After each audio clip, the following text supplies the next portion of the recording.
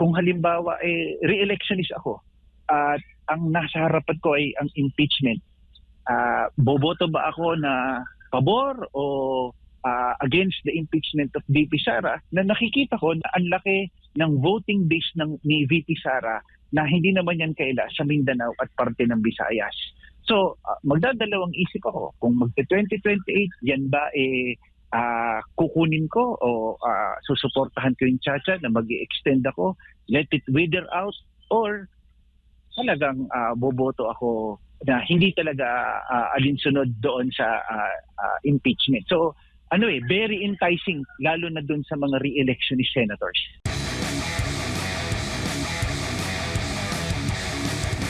Ngayon, magdadalawang linggo na, kung hindi ako nagkakamali, ang Senate President Alan Peter Cayetano. Pero until now, ay patuloy pa rin pong umuugong itong usap-usapan na magkakaroon ng mga panibagong pagpapalit ng liderato. Lalo na't may pahayag kamakailan itong si Senator Ping Lacson. Sabi niya, expect daw natin yung fireworks. Asahan po yung pagbabago, panibagong coup sa loob po ng Senado. Ano ho yung masasabi dito? Yun nga ho, nakakalungkot nga po, 2 linggo pa lamang yung liderato ni Senate President Alan Peter Cayetano, pero tila baga, dito mo makikita na kung saan, politika din naman yung paraan kung paano yung pagpapalit, pero wala na ba talagang pagkakataon para mabigyan man lang ng chance si SP Alan Cayetano upang mapatunayan ang kanyang liderato? Kasi kung titignan natin, ano ba yung intention kung bakit gusto nila magpalit? At nakikita natin na ito ay napipinto base sa kung paano yung proseso o yung pagtingin doon sa darating na impeachment trial at yung flood control program. Yan lang naman yung dalawang bagay na nakikita natin bakit gustong-gusto nilang magpalit ng Senate leadership.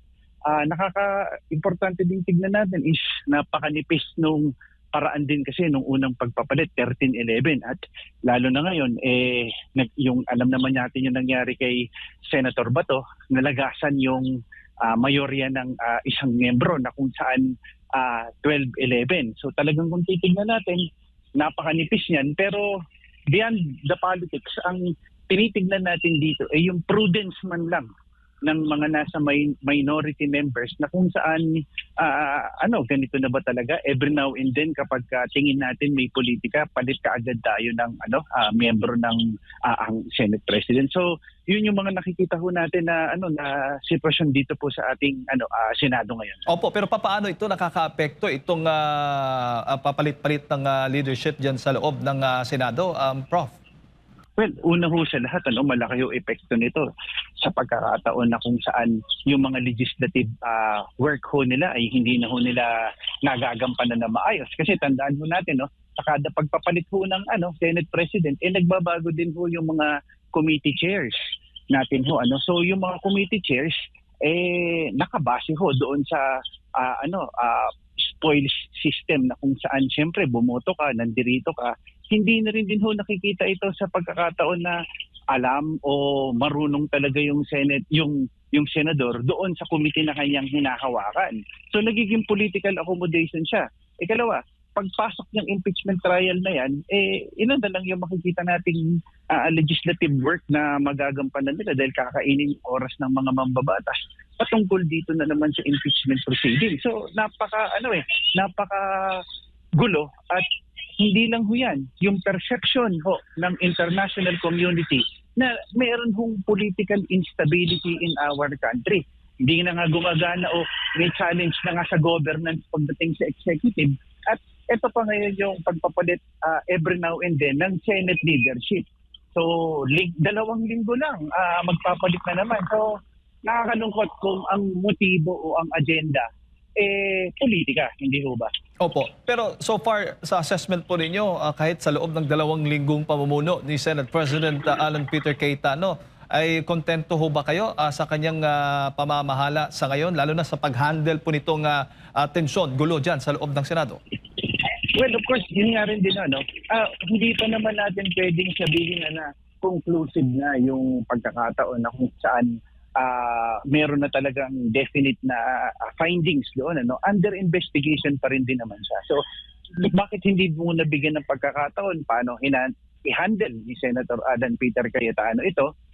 Ako pangalawa pa nakikita ko wala akong nakikitang iba bukod doon sa iba pang mga abogado dahil ito lilima lang yung abogado natin dito sa Senado na kung paano yung mag-handle ng impeachment trial. Of course, ipinupush nila si Senator Win Gatchalian and we don't have anything against Senator Gatchalian. Magaling si Senator Win, nakita natin yung performance niya dun sa pagdinig ng budget pero ibang klaseng usapin dahil ang pagpasok ng impeachment, ang pinag-uusapan dyan is yung rules at saka yung procedure na kung saan kahit na sabihin mong meron kang consultant, merong nag-guide sa iyo, pero pagdating doon, yung wisdom mo bilang isang seasoned lawyer and being a lawyer is very important because this is beyond the political aspect, may legal proceedings ka dyan.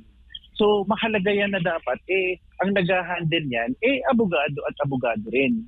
Ang problema kasi masyadong divisive at masyadong nagiging divisive at divisive basically and polarized na itong sitwasyon dahil tinitignan na dahil ito Duterte Black, ito luminya yung mga administrasyon Pinklawan Black. So yun yung nakakalungkot ko dito sa buong pagkakataong ito masyado ng kinain ng politika at masyado ng polarize yung mga senador natin na hindi na nakikita na ano ba talaga yung para sa taong bayan. Ano ba talaga yung nangyayari doon sa kondisyon ng ating mga taong bayan.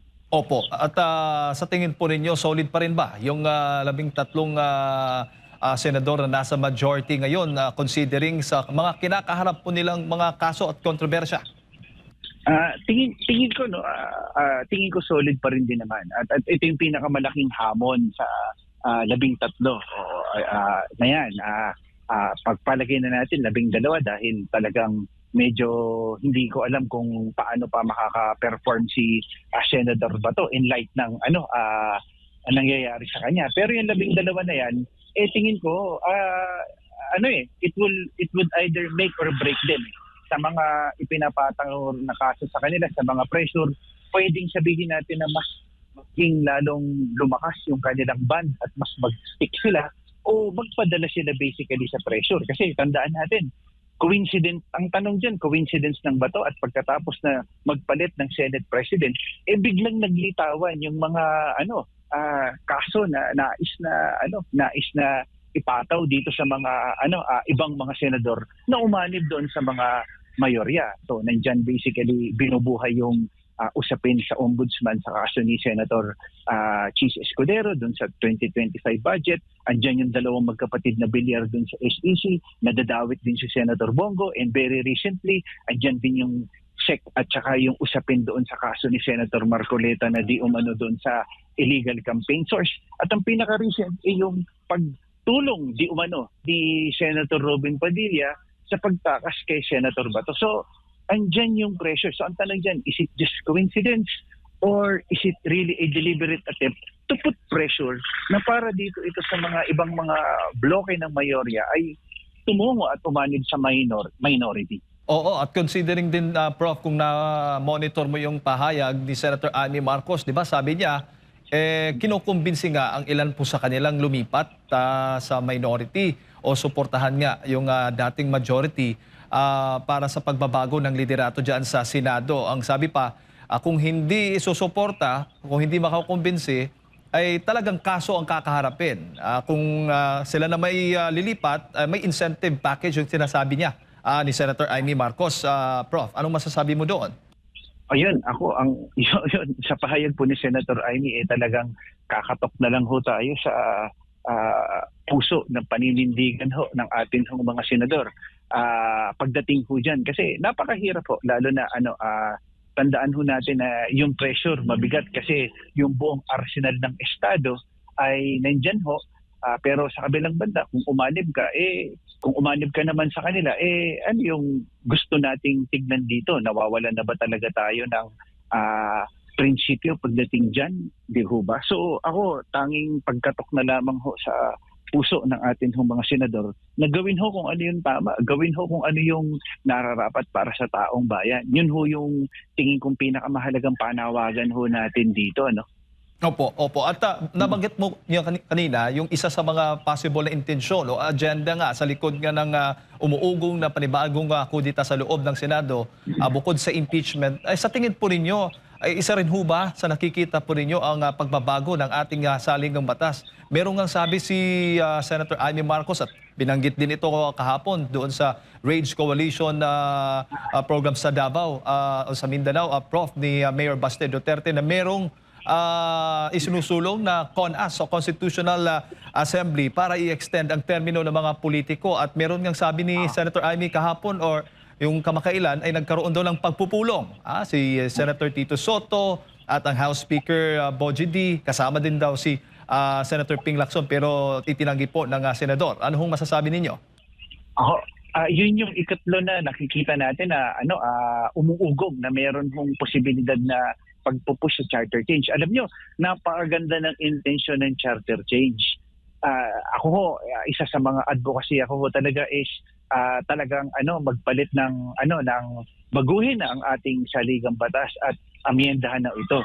Pero wag naman ho natin sanang gamitin ito sa pamamaraan at magiging justification sa term extension ng atin hong mga mga politiko. Alam nyo, yung nakakalungkot dito nawawala ho talaga itong pinaka-importante yung word tingin ko, yung prudence at saka yung delikadesa na kung gagawa ho tayo ito, gawin ho natin para sa bansa natin. Baguhin natin yung sistema natin for the right reasons and not for the reasons just to extend our term and basically hold on to power.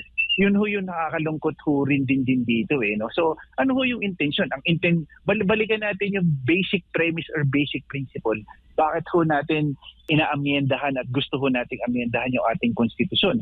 Dahil marami ho dyan, dalawang bagay, political at economic. At sa political, marami hong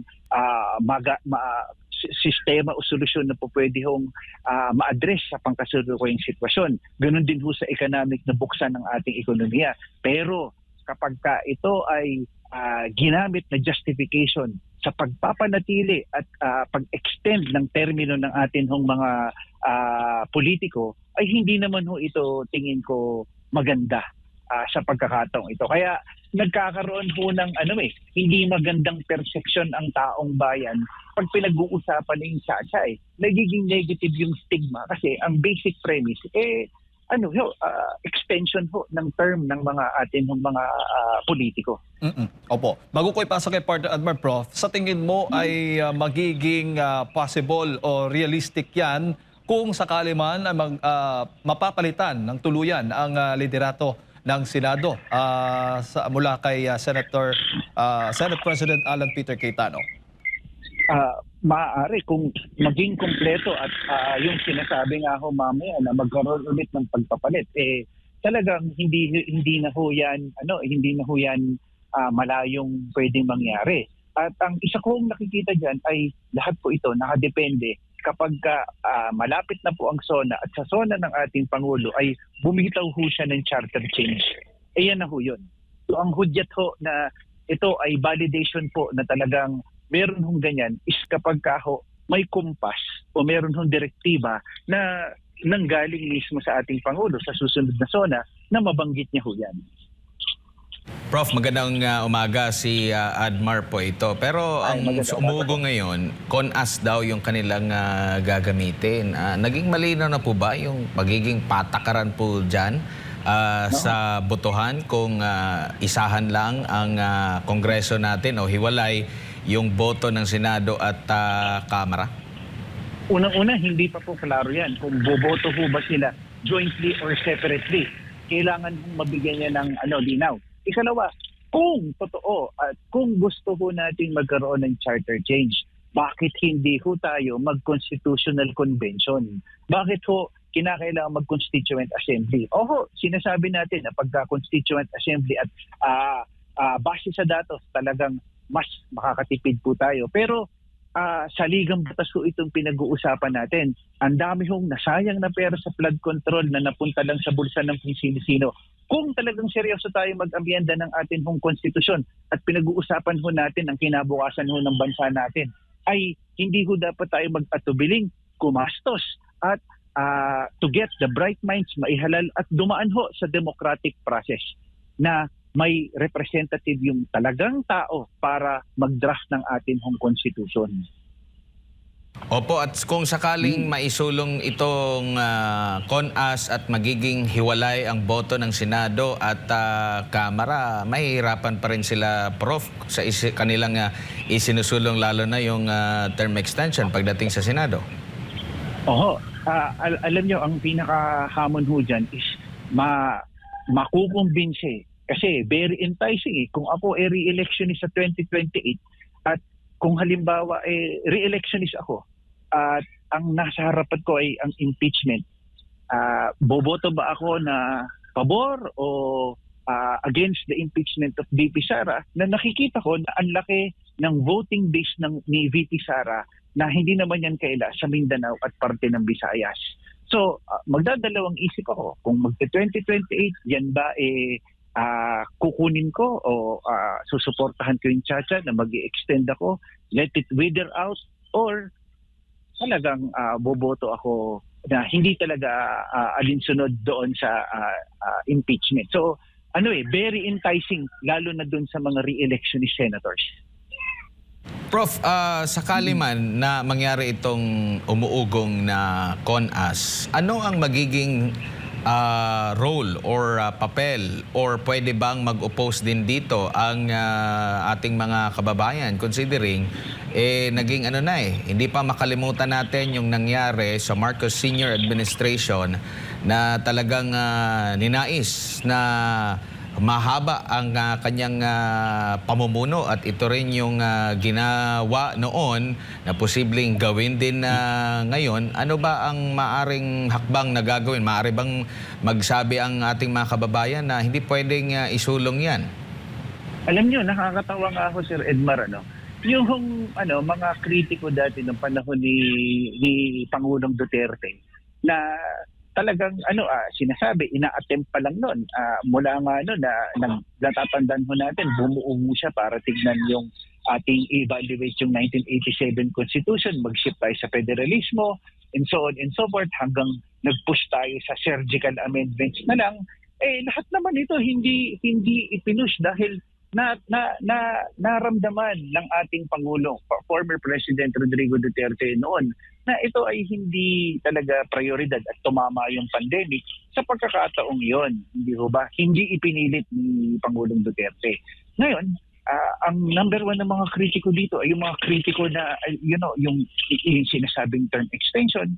Tignan natin ngayon yung mga hanay ng mga nandoon sa kritikong ito, yung mga nandyan sa Dilawan, yung mga nandyan sa Liberal, na number one na nag-o-oppose na nung panahon na yon, na ano ang positioning nila pagdating dyan. Bakit ho tila tahimik sila pagdating dyan dito sa alingasngas na to? At identified naman ho natin itong mga individuals na to na pagka sila ay sumuporta, what does that mean?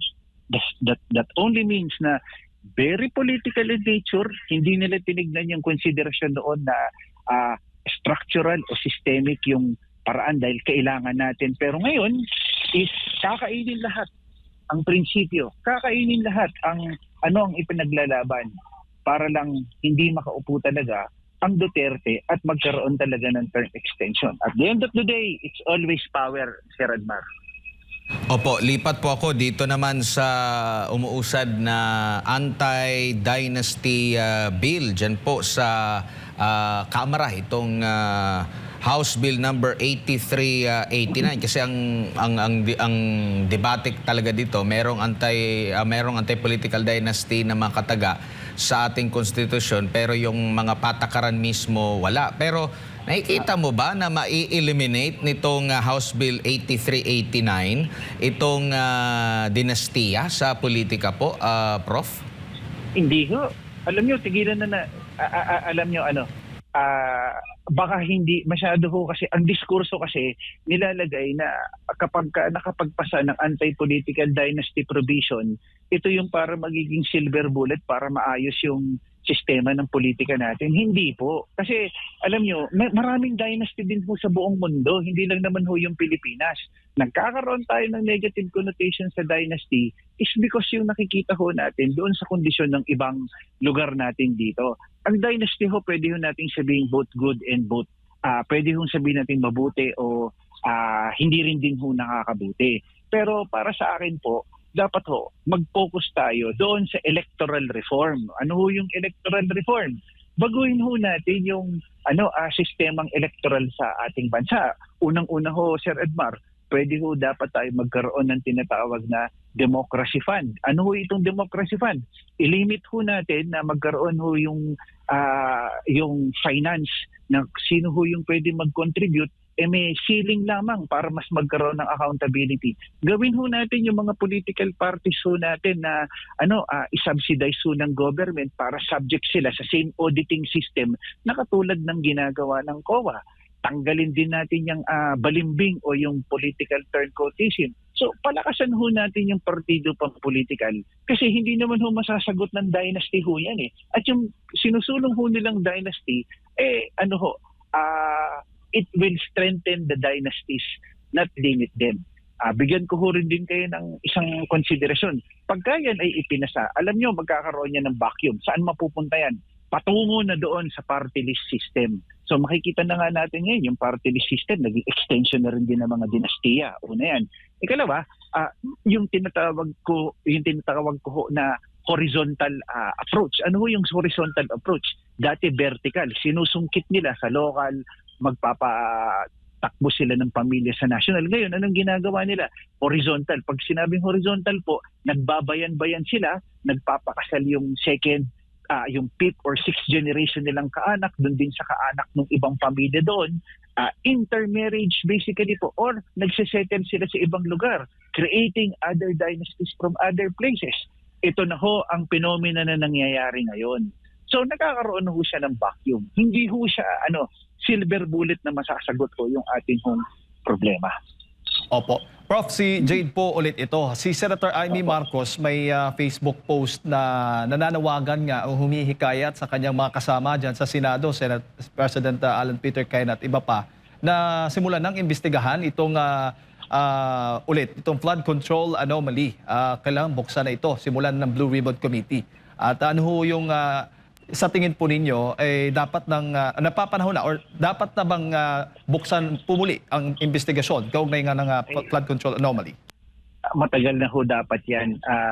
Matagal na po dapat yan. Kasi alam naman ho natin na nung nakaraang Blue Ribbon Committee, bitin. At yung inaakala ho natin ng mga tao na dapat ho na managot, hindi pa rin din ho napapanagot. So, long overdue, hindi satisfied tingin ko yung taong bayan doon sa committee report at hindi rin din satisfied doon sa mga personalidad o yung mga taong kinasuhan.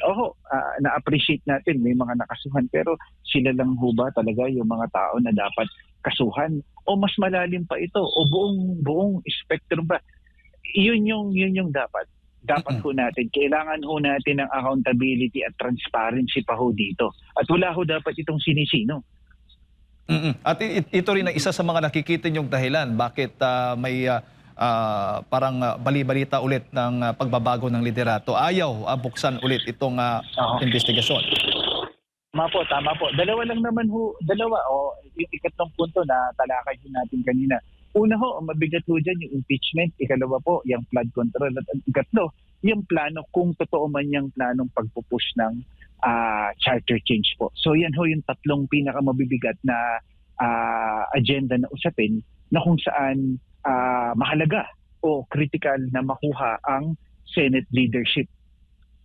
Opo. Huli na lang, Prof, sa tingin mo magandang accomplishment ito para kay Pangulong Bongbong Marcos Jr. na makasuhan yung mga sinasabing may kontrobersya o may atraso sa gobyerno, lalo na itong paghahabol kung makulong man o madakip man, mahuli man itong si Senator Bato de la Rosa. Sa tingin mo, itong lahat ng mga nakikita natin ngayon ay magiging bahagi po na magiging sona na banggit po ninyo kanina ng Pangulong Bongbong Marcos Jr.?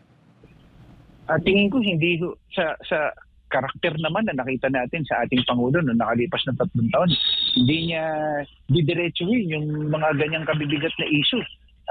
Hindi head-on na katulad nung nakalipas na administrasyon na yung positioning niya pagdating doon sa mga issue. Talagang as much as possible, neutrality at saka yung pag lumamig na saka siya magkokomento. He won't take it head-on. Secondly, ang inaantay ng taong bayan is siguro sa nalalapit na SONA, anong gagawin ng ating administrasyon? Anong gagawin ng gobyernong ito sa patuloy na pagsadsad ng piso at sa patuloy na paghirap ng buhay ng mga Pilipino na hindi pa rin din hanggang ngayon bumabalik sa dati yung presyo ng langis. Diba? Lahat ng ito sisingilin tayo sa susunod na taon. Dumadami. Bagamat sinabi nila na dumami may trabaho. Ang tanong, sapat ba yung trabaho na kinikita? Hindi ho ba? So, ang SONA, ang tingin ko sana na maging laman ng SONA ay hindi ibida yung achievement. Pero sabihin ko ano talaga yung totoong estado ng ating bansa at ano ho yung dapat gawin. Kasi ang kadalasan ho kung nararamdaman natin is hanggang sa salita lang po Pero hindi talaga nararamdaman ano yung pagsusumikat na ginagawa ng ating pamahalaan. Of course, sasabihin ho nila, alam ko may magkokomento na sasabihin nila, meron naman pong ayuda. Kailangan ho natin ng long-term solution, hindi ho band-aid solution sa pamamagitan ho ng mga ayuda. Lamang po.